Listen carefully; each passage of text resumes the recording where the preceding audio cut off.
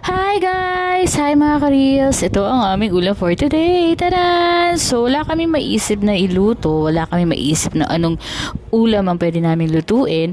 So kung ano lang yung nakita namin sa rep, yun na lang yung niluto namin. So kita nyo naman parang mga tira-tira lang siya. Yan yung i-fish na yung mga natira. Kasi hindi naman namin talaga niluluto lahat. Nagtitira kami ng isa, dalawa, and then ito, meron kaming pritong liempo part yan eh. So pritong liempo para doon sa ayaw ng ito yung adobong hipon namin, ganyan na lang inuluto namin. Madali ang luto na lang kasi wala talaga kami maisip. So yun guys, kung meron kayong suggestion, comment nila below. Follow me guys, pwede ako makatagap na star. Naranasan nyo rin ba yun guys, yung parang wala na kayo maisip na anong lulutuin, anong ulam, kaya kung ano lang yung nakita nyo, ano na lang yung pwedeng kung simpleng luto na lang talaga para lang maitawid yung tanghalian nyo or yung dinner nyo, 'di ba? Ganun yun eh, pag wala ka talaga masyadong maisip na kung ano yung kakainin.